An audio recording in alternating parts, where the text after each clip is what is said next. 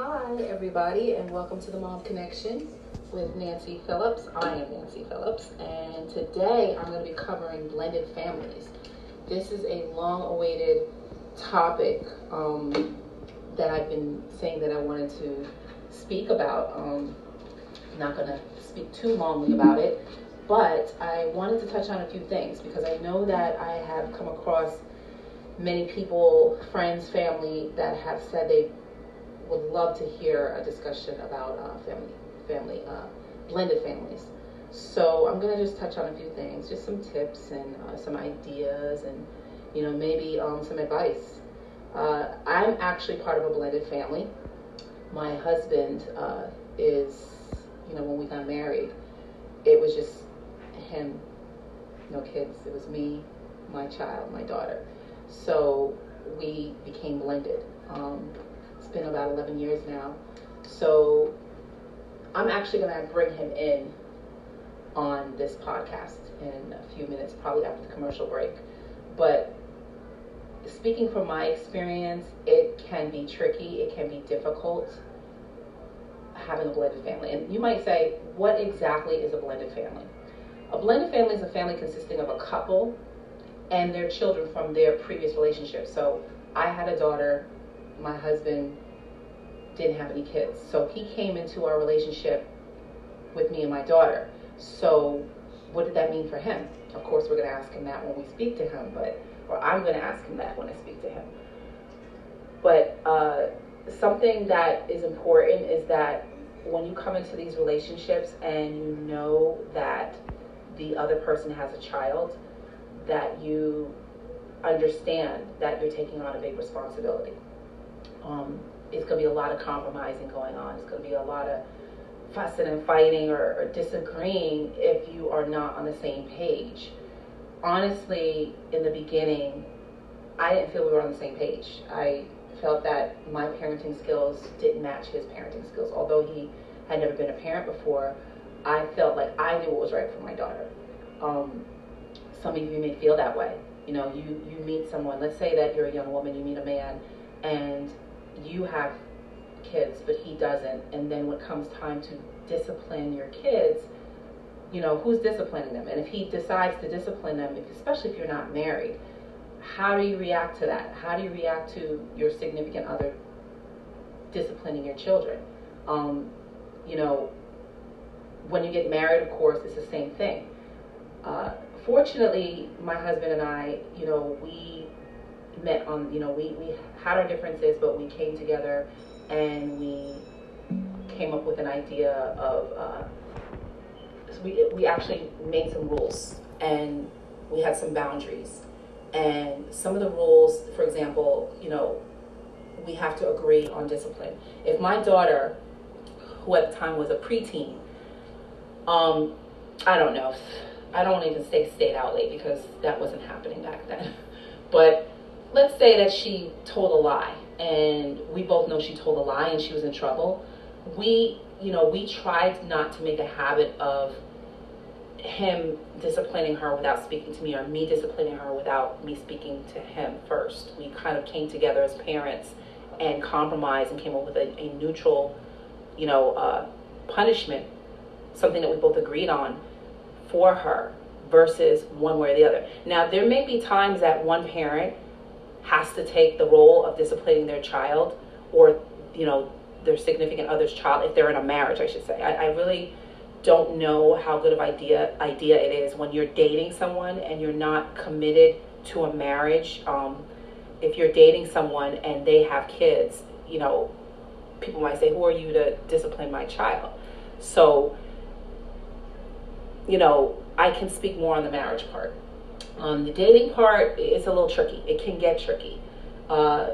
If you're going to date someone and they have kids and you know that you're in a serious relationship with that person, then you have to have some type of an understanding. You can't just, have these expectations of your significant other's ways of parenting, because you're walking into a relationship and your significant other may have already set the ground rules and they know how they're going to punish their child or discipline their child or children, and you come in and you're kind of pushing your ways or your thoughts onto your significant other's children, and it can cause a lot of strife in your relationship. So my advice is that you communicate with each other and you come to a mutual agreement on what it is you're going to do when it comes to disciplining your kids. Now, punishments, discipline, bad behavior, that is not the only issue with blended families. There are so many other issues that you may stumble on, or you may not. You may have the perfect Brady Bunch family and not have many issues. But let's get real. There are going to be some type of issues. It doesn't have to be labeled as an issue. It just depends on how you handle it and how you deal with it as a couple, as parents for those kids. And it's very important that you set a good example and be a good role model for your kids. How about let me give you another example. You are married and you get divorced, and then you move on, and your significant other, your spouse, moves on, and they get married or you get married, and then you take on stepchildren and they take on stepchildren, and that's just one big blended family. So, like I said, communication is very, very important. And if you see something that you don't like when it comes to parenting, you can express that in a gentle way to your significant other rather than fussing and fighting. What I would like is, if you are watching this podcast and you have some thoughts or ideas or some issues or things that you want me to discuss, maybe in my next podcast, you can leave a comment, or you can leave me a message or send me an email. But something that you need to remember is that for everyone involved, for their sake, your actions and your words need to be chosen very, very carefully, because if you don't choose your words carefully and the two of you are going at it, your children are picking up on this and they're setting a bad example for your children. That's just something that people tend to forget when they are disagreeing in their relationships. Something most people might not realize is that discipline is different in blended families.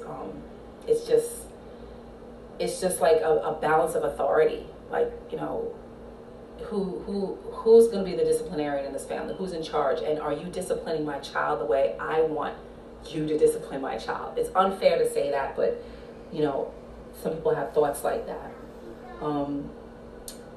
Being united with your spouse about the boundaries for your children is crucial. It needs to be consistent. Again, communication. If I am in a relationship with someone and I walk into that relationship and they have 2 or 3 kids, and I might have kids, I might not, it doesn't matter. But I'm observing and watching how they are disciplining their children, and it goes against everything that I was taught or everything that I feel should be right when it comes to parenting. I'm not going to attack that other person or that my significant other. I'm not going to attack them and judge them. I'm going to sit down and I'm going to communicate. Listen, what can we do so that we're on the same page? You have to be on the same page. If you're not on the same page, it's going to cause problems, leading to bigger problems, separation, divorce. It's just going to lead to bigger problems. So if anything you're going to take from this podcast, what I want you to take is the word communication. Because without that, you will have problems. We each have to understand our role in our relationship. I'm mom, you're dad. What other roles do we have? Are you the one that's going to discipline our kids? Are you the ones going to set the rules and the boundaries in the household? Or are we both going to do it together as a couple, united front? That also is something that me and my husband discussed, and we expressed to each other that we needed to have a united front, because kids will pick up on that in a heartbeat. Whether you think that they don't, they will pick up on it, and they will use that against you. Yes, children can be little manipulators. They can be, and I'm not saying that in a horrible way, but kids are kids, and if they see that mommy and daddy, or mommy and Steven, or Grace and daddy, or however you want to say it, are not on the same page, they're going to pick up on that and they're going to use it against you, and it's going to cause problems in your marriage or problems in your relationship, and it just won't be a happy, united front, so to speak. Understand your role. You can be a valuable force in your stepchild's life, but they already have their own parents. That can happen too. Remember, you might get involved with someone that has kids, but they might have another parent in the wings, mommy or daddy. So you have to respect that. So if you have a blended family where you're in a relationship with someone and they have their ex-wife or their ex-husband, are they on the same page as you? Are you guys, is there, what are the boundaries? What if it's time to discipline your stepdaughter, but she has her mother? Do you just step in and just set all these rules and make all these rules? For all you know, your stepdaughter's father, who you're in a relationship with, and mother might already have something in place. So please just keep that in mind when you're thinking about or talking about disciplining stepchildren. And as I said, that is there are many, many other things that we can address as far as blended families. So I'm going to take a quick break, and we're going to come back, and I'm going to have my guest, which is my husband, and just want to hear from his point of view what it is to be a blended family and how that worked for us. Okay, so we'll be right back.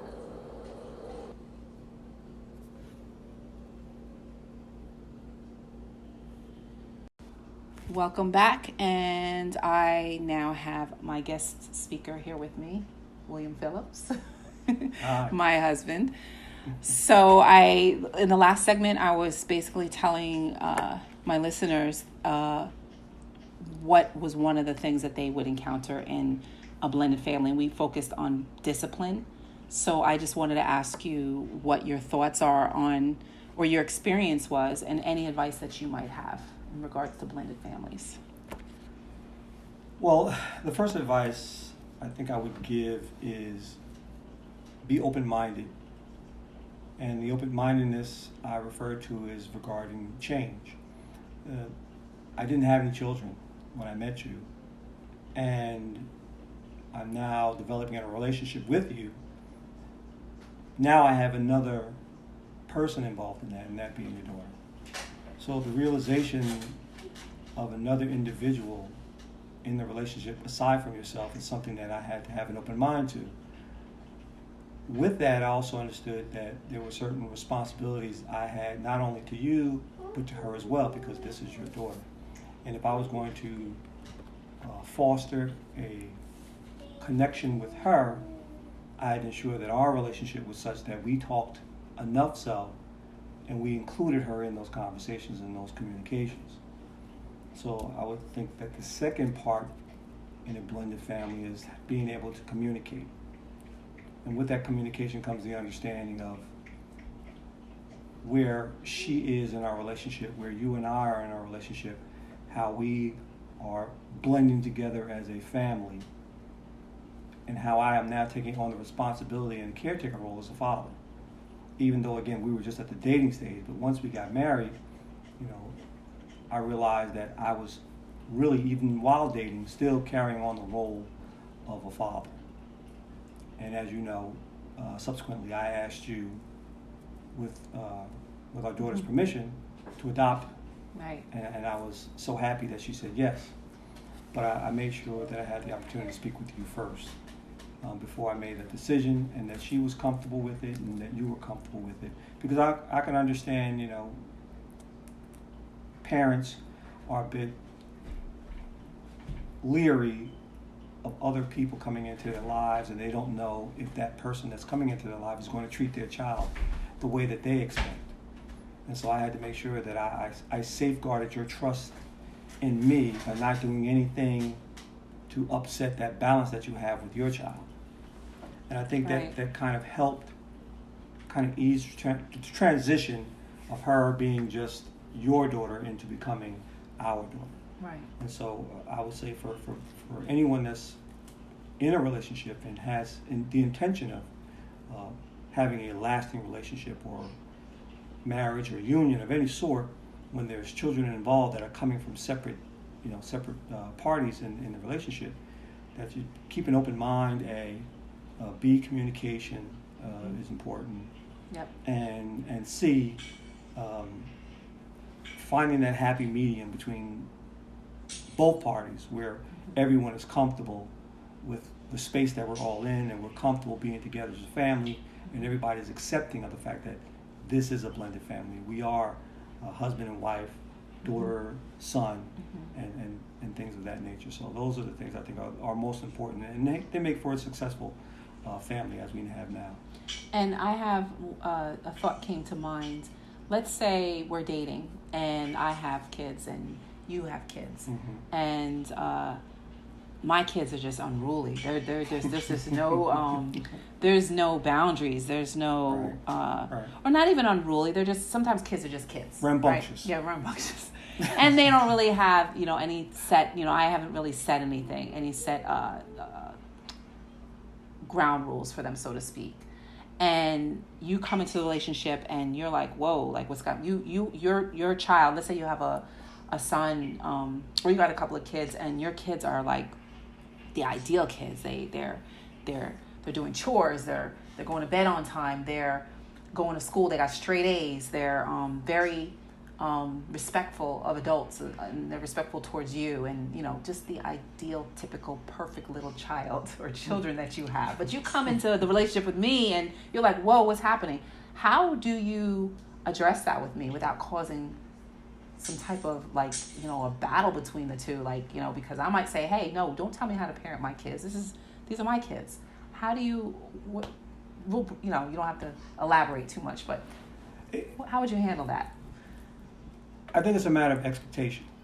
When you come into a relationship, just like if the kids were not there, you have a level of expectation for me, and I in turn have a level of expectation for you. Right.